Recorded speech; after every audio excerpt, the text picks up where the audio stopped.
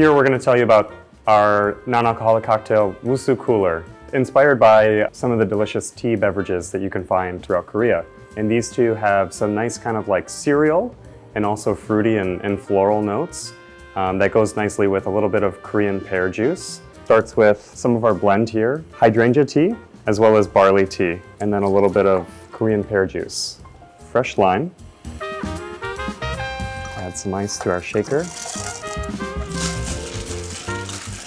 Wild Mountain green tea from tea dealers. And this is a tea that originates in Korea, where they source the tea from.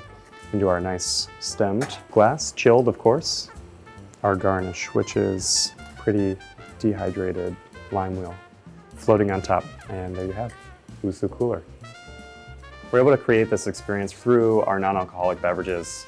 And if ever they rave about that experience and kind of this fun progression that works from, say, a lighter, more refreshing cocktail, that's pretty special. I think that's a big win if ever somebody trusts in us to deliver on some pretty big expectations and we're able to make it happen for them.